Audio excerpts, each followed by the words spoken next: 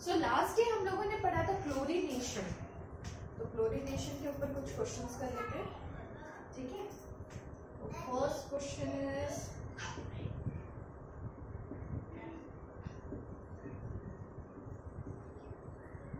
बताओ इनका प्रोडक्ट क्या निकलना चाहिए।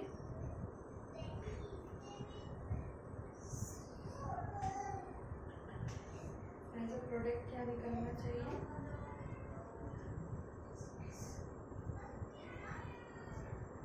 देखो यहाँ पे सोच के देखो, ये 1 डिग्री है कार्बन, एक का ये 2 डिग्री है, ये अगेन 1 डिग्री है ना। तो एक तो मेरा प्रोडक्ट 1 डिग्री पे जाके क्लोरीन लग सकता है या फिर 2 डिग्री पे जाके क्लोरीन लग सकता है, और कोई ऑप्शन तो नहीं है। यहाँ पे 1 डिग्री पे लगा लो या यहाँ पे 1 डिग्री पे लगा लो या फिर 2 डिग्री पे लगा लो, दो ही ऑप्शन है। तो हो गया CH3 CH2 CH2 Cl, है ना।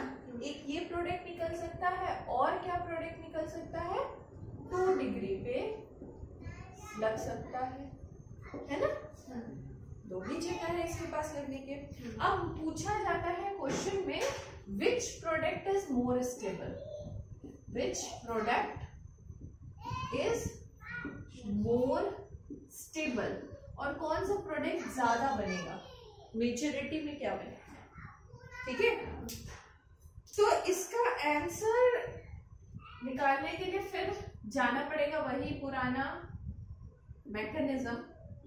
ट्राई करो एक बार मैकेनिज्म इसका, 2 मिनट ले लो, ट्राई करो मैकेनिज्म। देखो इनिशिएशन है ना, इनिशिएशन में क्या होगा, क्लोरीन जो होगा वो Cl dot and Cl dot में टूट जाएगा, होमोलिटिक फिशन। प्रोपागेशन में क्या होगा, ये Cl डॉट अपना डॉट हटाने के लिए इसके पास आएगा, है ना। डॉट हटाने के लिए आएगा तो किस कार्बन पे लग सकता है, या फिर इस कार्बन पे 1 डिग्री पे लग सकता है या फिर 2 डिग्री पे लग सकता है, और कोई ऑप्शन नहीं है। तो अगर 1 डिग्री पे लगेगा तो कैसा दिखेगा ये, है ना, और यहाँ पे HCl निकल जाएगा, राइट। और अगर 2 डिग्री पे लगा तो, और अगर 2 डिग्री पे लगा तो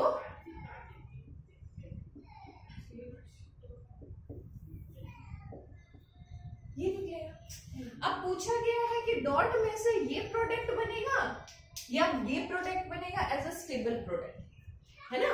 तो स्टेबिलिटी हम देखते हैं हाइपर कॉन्जुगेशन से। हाइपर कॉन्जुगेशन मतलब अल्फा हाइड्रोजन, याद है अल्फा हाइड्रोजन, एक बार पहले भी बताए थे। अल्फा हाइड्रोजन, जिसके पास नंबर ऑफ अल्फा हाइड्रोजन ज्यादा होंगे उसका स्टेबिलिटी ज्यादा होगा। लाइक ये डॉट है, वो गिटार का मेरा गिटार का, तो स्टेबिलिटी हम किससे देखते हैं, अल्फा हाइड्रोजन से। और यहाँ पे देखो, अगर ये कार्बन पे डॉट है तो इसके बगल वाले हाइड्रोजन कार्बन के पास कितना हाइड्रोजन है, 2, यानी कि इसके पास अल्फा हाइड्रोजन कितने हैं, 2। क्लियर। अब इस कार्बन पे अगर डॉट है तो इसके बगल वाले कार्बन पे कितना हाइड्रोजन है, 3 + 3, है ना। तो अल्फा हाइड्रोजन किसके पास ज्यादा है, इसके पास कितना, 6, है ना। तो स्टेबिलिटी इसकी ज्यादा,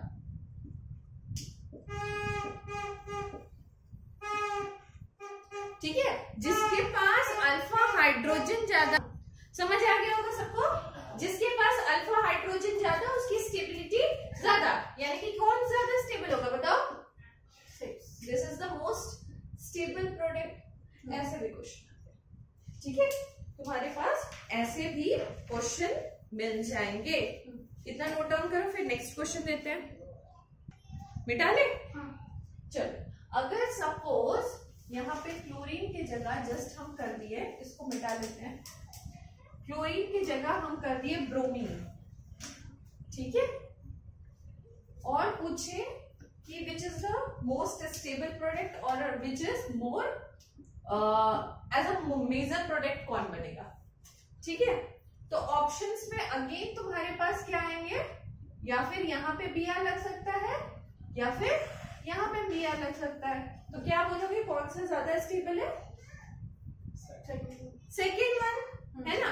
अभी तक ये सीख के है कि जो जिसके पास अल्फा हाइड्रोजन ज्यादा वो मोर स्टेबल और मेजर प्रोडक्ट बनेगा, है ना। ओके अच्छा, क्वेश्चन नंबर 3। यानी कि अच्छा, इससे क्या समझ में आ रहा है, 2 डिग्री जो है वो मोर स्टेबल है 1 डिग्री से, और 3 डिग्री उससे भी ज्यादा होना चाहिए स्टेबल, है ना। करीब यही आइडिया लग रहा है। चलो नेक्स्ट क्वेश्चन देते हैं।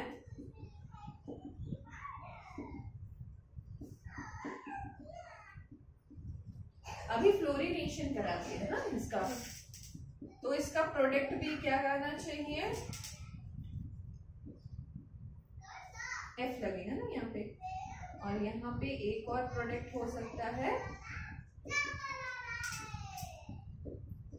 अब बताओ दिस वन या दिस वन, कौन सा ज्यादा स्टेबल होगा, कौन सा ज्यादा स्टेबल होगा? कौन सा? First one. बट यहाँ पे कहानी गलत हो जाती है, ठीक है। क्यों गलत होती है? क्लोरीन एंड ब्रोमीन का केस सेम रहता है। अगर तुमको पहला वाला रिएक्टिविटी सीरीज याद होगा, मतलब कौन सा ज्यादा रिएक्शन में जाता है, तो क्या क्या लिखाए थे, फ्लोरीन फिर क्लोरीन। बगल में देखो, पेज पलट के देख लोगे तो समझ में आ जाएगा क्या लिखाए थे, fluorine, chlorine, bromine and iodine, है ना। तो fluorine, chlorine, bromine and iodine, ये सीरीज दिखाए थे ना। तो क्लोरीन और ब्रोमीन साथ में रहता है तो वो ये रूल फॉलो करता है। फ्लोरीन के लिए स्टोरी अलग हो जाती है। फ्लोरीन कौन सा रूल फॉलो करता है? वो फॉलो करता है 1 degree is greater than 2 degree is greater than 3 degree only in the case of fluorine. देख सकते हो यहाँ पे, only in the case of fluorine. क्यों? अब रीजन आया क्यों फ्लोरीन के केस में ऐसा हो जाता है। तो हमने कल लास्ट डे एक चीज समझा था, हमारे बीच में एक फ्रेंड होता है जो बहुत लालची होता है। ही इज द लालची फ्रेंड। इसको सामने वाला मिला तो इसी के साथ पक्का रिएक्ट कर जाएगा। बीच में जाने में तो उसको दिक्कत होगी ना, यहाँ से पहले इधर से करना है फिर इधर क्रॉस करना है, मतलब बीच जाने में उसको तकलीफ होगी। पहले में ही अगर उसको मिल रहा है तो वो मेजर प्रोडक्ट यही बनाएगा ना, क्योंकि ये लालची है, मोस्ट रिएक्टिव है। समझ में आया क्यों 1 degree is greater than 2 degree is greater than 3 degree होता है? Clear? Because he is very लालची, he is very reactive. Clear? तो ये बन जाएगा मेजर प्रोडक्ट और ये हो जाएगा minor product. Clear? Note down कर लो इतना। ओके, तो इसको रब कर देते हैं और आगे क्वेश्चन बढ़ाते हैं।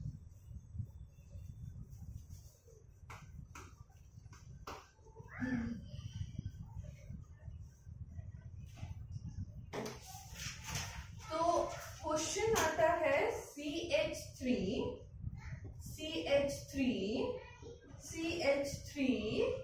एंड यहाँ पे H और क्लोरीनेशन करा रहे हैं in the presence of H में। ठीक है, तो 2 प्रोडक्ट बन सकते हैं। बताओ कौन कौन सा बनेगा, कौन कौन सा प्रोडक्ट बनेगा? एक तो 1 डिग्री पे लग सकता है और एक ये 3 डिग्री है ना, ठीक है। तो 1 डिग्री पे लग सकता है और एक 3 डिग्री पे लग सकता है। यहाँ पे भी जाएगा तो 1 डिग्री होगा, वहां पे भी जाएगा तो 1 डिग्री होगा, यहाँ पे भी जाएगा तो 1 डिग्री होगा, है ना। तो 2 ही ऑप्शन है, 1 डिग्री या 3 डिग्री। तो अगर 1 डिग्री पे लगेगा तो कुछ ऐसा दिखेगा, राइट। और अगर 3 डिग्री पे लगेगा तो कुछ अच्छा एक मिनट 1 डिग्री कहाँ हुआ? ये तो कार्बन सॉरी, ये हाइड्रोजन तो इधर का है ना, ये तो 3 डिग्री का हाइड्रोजन है ना, तो ये 3 डिग्री पे लगा। गलत सिखा रहे हैं, ठीक है। तो ये तो 3 डिग्री का हाइड्रोजन है ना, तो ये 3 डिग्री पे लग गया। अब कहानी आती है 1 डिग्री पे कहाँ लगेगा, यहाँ यहाँ यहाँ कहीं भी लगा लेते हैं, एक जगह पे लगा लेते हैं, उसके बाद स्टोरी देखते हैं क्या होगा। ठीक है, यहाँ पे लगा लेते हैं CH2Cl और ये हो गया H। ठीक है, ठीक है ना। तो 1 डिग्री पे लग सकता है और 3 डिग्री पे लग सकता है। तुम्हारे हिसाब से मेजर प्रोडक्ट क्या होना चाहिए? 3 डिग्री वाला मेजर प्रोडक्ट होना चाहिए, बट वो हो जाता है गलत, और वो हो जाता है गलत। यहाँ पे हम धोखा दे दिए है ना थोड़ा सा।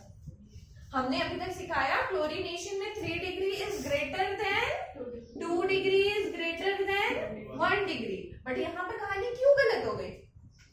अब कहानी में एक और ट्विस्ट आता है, that is the most important twist, और उसी को लेके करना है। जो हाइपर कॉन्जुगेशन बचपन में सीख के आए प्रीवियस चैप्टर्स में, वो सब डिलीटेड एकदम। ठीक है, हमें एकदम फेल हो जाता है। ठीक है, अब जो है वो सीखना है हम लोगों को selective ratio of chlorine, chlorine का सिलेक्टिव रेशियो। उसमें प्रैक्टिकली एक रेशियो निकाला गया है। क्या निकाला गया है? 3 डिग्री, 2 डिग्री, 1 डिग्री। 3 डिग्री का रेशियो होता है 5, ये लर्न कर लो, रट लेना है। ठीक है, ये 2 डिग्री 3.8 और 1 डिग्री 1। ठीक है, अब करना कैसे, ध्यान से देखो। प्रोपोर्शन ऑफ 3 डिग्री, 3 डिग्री का प्रोपोर्शन कितना है? 3 डिग्री एक ही है, अच्छा सॉरी एक ही है, 3 डिग्री 1 है, तो 1 इंटू, ठीक है, वैसे प्रोपोर्शन ऑफ 2 डिग्री कुछ है नहीं है। प्रोपोर्शन ऑफ 1 डिग्री, 1 डिग्री कितना है? 1 2 3 है। अच्छा, इसमें फिर से क्या, 3 डिग्री में कार्बन के पास एक हाइड्रोजन था तो हमने 1 लिखा। ठीक है, 1 डिग्री में कार्बन के पास कितना हाइड्रोजन है? 3 6 9 9 है, तो क्या लिखेंगे? 1 इंटू 9, 1 इंटू 9 9। क्लियर ये बात है? पक्का? अच्छा, परसेंटेज अब कैसे निकालेंगे? Percentage of 3 degree carbon is, जो ये परसेंटेज है मतलब 5 by total, 5 plus 9 is 40 into 100। It's near about, अगर कैलकुलेट करके देखोगे तो 36% के अप्रॉक्स आता है। ठीक है, अब देखो percentage of 1 degree 9 by 14 into 100 करोगे तो अप्रोक्सीमेटली 64% आता है। बताओ मेजर प्रोडक्ट कौन सा होगा? ऑफकोर्स 1 डिग्री, इसीलिए this is the major product. Clear है? क्लियर है? पक्का? इतना नोट कर लो, फिर एक क्वेश्चन देंगे। एक क्वेश्चन करने वाले हो तुम लोग, फिर आगे बढ़ जाएंगे। ठीक है,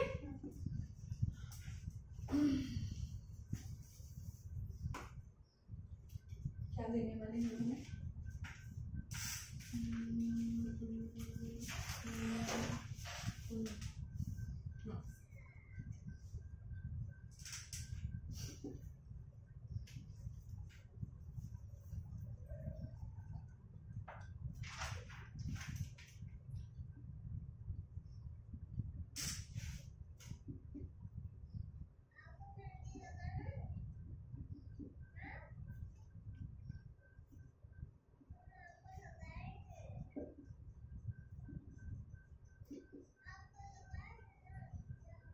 बताइए कौन सा मेजर प्रोडक्ट है, बताइए। इतना इजी प्रोसेस है, उसमें भी सोच लो। प्रपोर्शन ऑफ, यहाँ पे कितना डिग्री है, ये 2 डिग्री है, एक 1 डिग्री है, एक 1 डिग्री है ना। प्रपोर्शन ऑफ 2 डिग्री, कितना हाइड्रोजन है, 2 है ना, और इसका कितना होता है 3.8 है ना, तो ये होगा 8 to the 16, 3 to the 6, 7.6 है ना। प्रपोर्शन ऑफ 1 डिग्री, बताओ 1 डिग्री में 3 3 6 इंटू 1 होता है ना 6। क्लियर, सही कर रहे हैं, पक्का ना यार, स्माइल मत करो। परसेंटेज ऑफ 2 डिग्री क्या होगा 7.6 बाई टोटल, टोटल कितना होता है 13.6 इंटू 100 करके निकालोगे।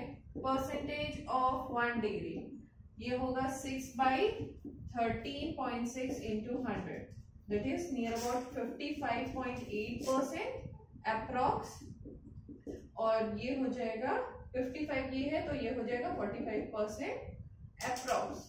तो कौन ज्यादा होगा, फर्स्ट वन। क्लियर है, पक्का पक्का, इतना देर नहीं लगना चाहिए हर चीजों में, ठीक है।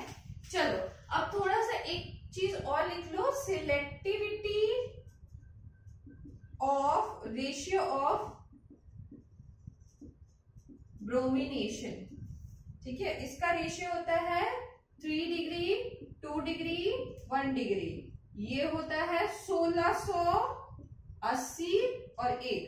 1600 मतलब ऑफ कोर्स 3 डिग्री को प्रेफरेंस मिल रहा है ना, तो 3 डिग्री आ रहा है तो तुम बोल सकती हो डायरेक्टली कि मेजर प्रोडक्ट होगा, ठीक है। सपोज अगर तुमको एग्जांपल ऐसा कुछ देता है,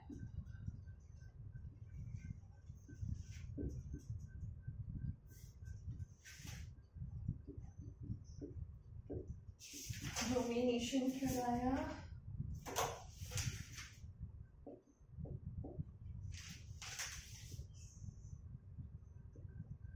यहाँ पर ही लगेगा और यही मेजर प्रोडक्ट होगा, है ना। क्यों, ये क्योंकि ये 3 डिग्री है। परसेंटेज वाइज भी अगर कैलकुलेट करना है तो एक बार ट्राई कर लो कैलकुलेट करके कि सही होता है क्या। चलो ट्राई करने के लिए अगर 3 डिग्री में देखना है तो 3 डिग्री के पास कितना का हाइड्रोजन है, एक इंटू 1600 है ना, यानी कि 1600, और इसमें कितना है 1 डिग्री के पास कितना हाइड्रोजन है, 3 3 6 3 9, 9 इंटू 1 9। ऑफकोर्स इसका परसेंटेज बहुत ज्यादा दिख ही रहा है, ठीक है, तो ऑफकोर्स ये मेजर प्रोडक्ट होगा। क्लियर है, इतना नोट कर लो, फिर आगे बताते हैं। अब ना कभी कभी ना टीचर लोग, तुम लोग तो इतना फंडा सीख के जाते हो, मगर टीचर लोग दे देता है एकदम इजी सा क्वेश्चन, है ना, उसमें भी बच्चे अटक सकते हैं। जैसे कि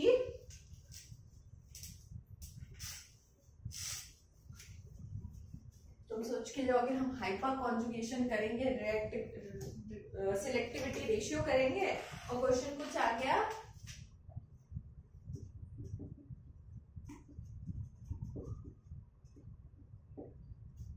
ऐसा, यहाँ पे ऑफ कोर्स कार्बन है, कार्बन, ठीक है, और इसका करा दिया ब्रोमिनेशन, और रिजल्ट देखो क्या हो सकता है रिजल्ट में, सोच के देखो, या फिर ये डॉट बन सकता है या फिर ये डॉट बन सकता है ना, या फिर यहाँ ब्रोमीन आ सकता है या फिर यहाँ ब्रोमीन आ सकता है, दो ही ऑप्शन हो सकते हैं ना। सोचो तो ब्रोमीन आएगा कहाँ, यहाँ आएगा कि यहाँ आएगा, सोच के एक बार देखो कहाँ होना चाहिए ब्रोमिनेशन। आंसर पूछेगा what is it's product, product बताइए इसका क्या होना चाहिए, गैस सिलेक्टिविटी रेशियो, है ना, क्योंकि इस तरफ भी नाइट्रोजन उस तरफ भी नाइट्रोजन, कंपाउंड ऑलमोस्ट सेम है, बताइए कहाँ होना चाहिए।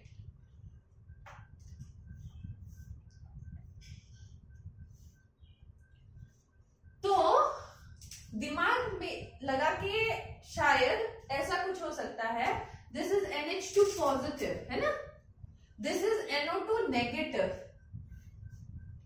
है ना, और ये C डॉट का मतलब क्या है, ये तो इलेक्ट्रॉन डेफिशिएंसी है यहाँ पे, है ना, इलेक्ट्रॉन चाहिए इसको, तो इलेक्ट्रॉन यहां से मिलेगा क्या, ऑफ कोर्स नहीं मिलेगा, ये तो खुद ही डेफिशिएंट है, कहां से देगा, तो ऑफ कोर्स यहाँ पे Br लगेगा, क्योंकि ये इसको पूरा कर रहा, समझ आया, तो मेरा Br कहां लगना है,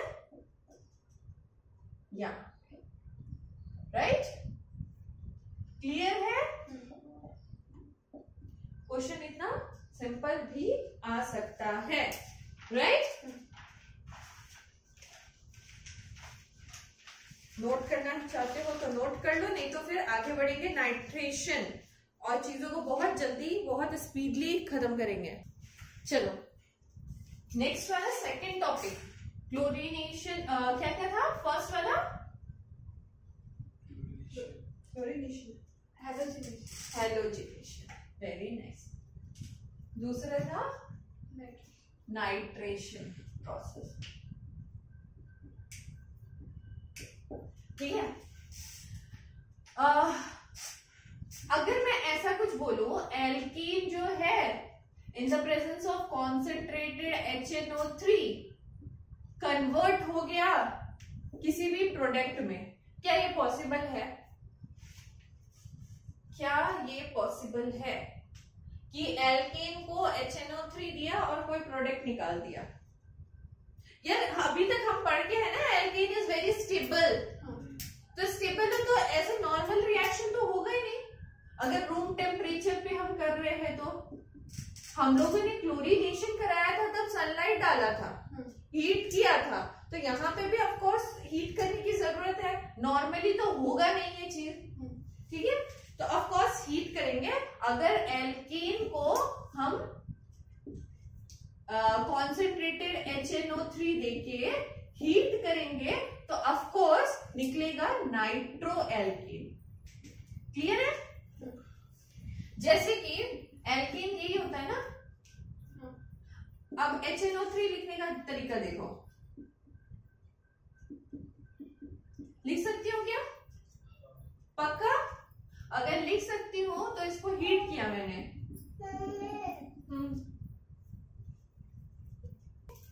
वाटर निकलेगा यहां से, और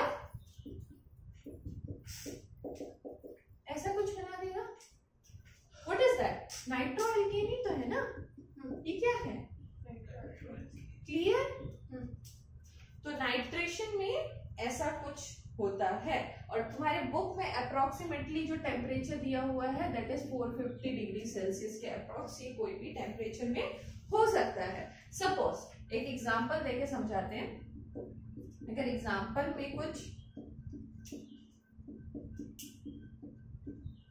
अच्छा इसमें एक चीज और एडेड रहता है कि ये वेपर फेज में होता है, वेपर फेज मतलब समझ ही रहे हो, बहुत हाई टेम्परेचर, है ना, तो वेपर फेज में होता है, वीपी भी बहुत बार तुमको बुक में लिखा दिखाएगा, वीपी, है ना, ऐसे करके लिखा दिखेगा, तो दैट इज वेपर फेज, तो क्या होगा, यहाँ से वाटर निकल जाएगा और बचेगा क्या मेरे पास, सही है ना, नाइट्रो मीथेन, ये बचेगा। अच्छा आ जाओ मैकेनिज्म में, कैसे होता है, क्यों होता है, किस लिए होता है, मैकेनिज्म तुम लोग ही बताओगे कैसे होगा, बताओ, इतना सीख लिया मैकेनिज्म, बताओ, तो इनिशिएशन होगा ऑफ कोर्स, पहले इनिशिएशन में क्या होगा, HNO3 हीट करेंगे तो टूटेगा, है ना, तो OH NO2 हीट करेंगे तो क्या होगा, टूटेगा, कैसा टूटेगा, होमोलाइटिक फिजन, एक इलेक्ट्रॉन ये लेके निकलेगा, ये एक इलेक्ट्रॉन वो लेके निकलेगा, तो दोनों ही फ्री रेडिकल बन जाएंगे, दोनों ही फ्री रेडिकल बन गए, ठीक है, अब क्या होगा, प्रोपागेशन होगा, अब वो फ्री रेडिकल बन गया तो किस पे अटैक करेगा? एल्केन पे अटैक करेगा।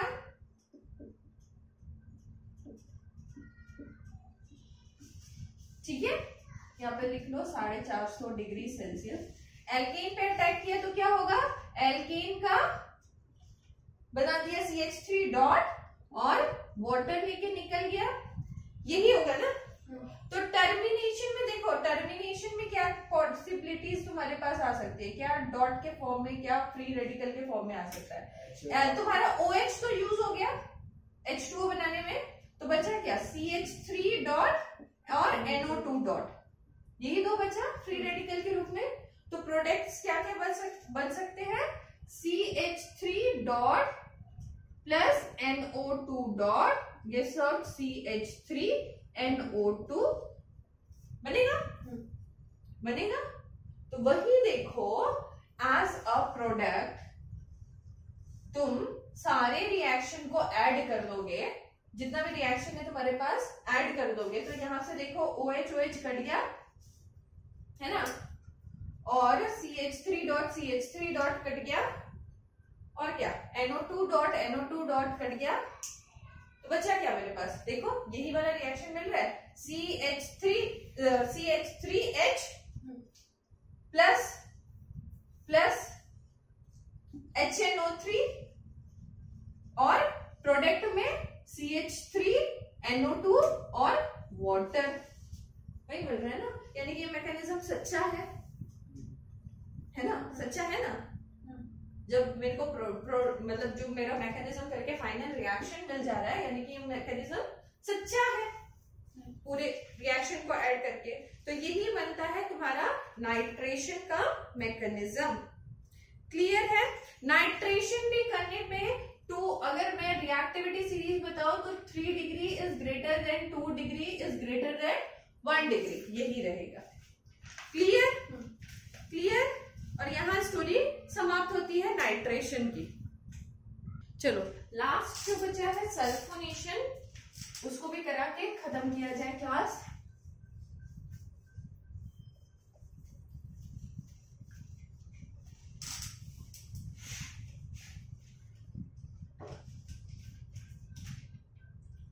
Third one is sulphonation.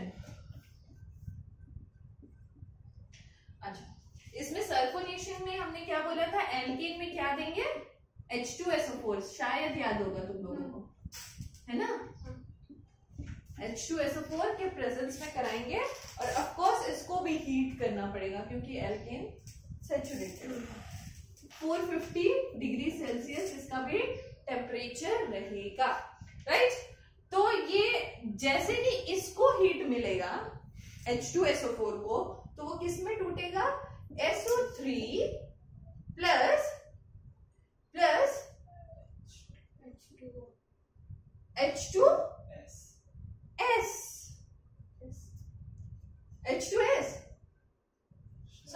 Sorry, एक मिनट।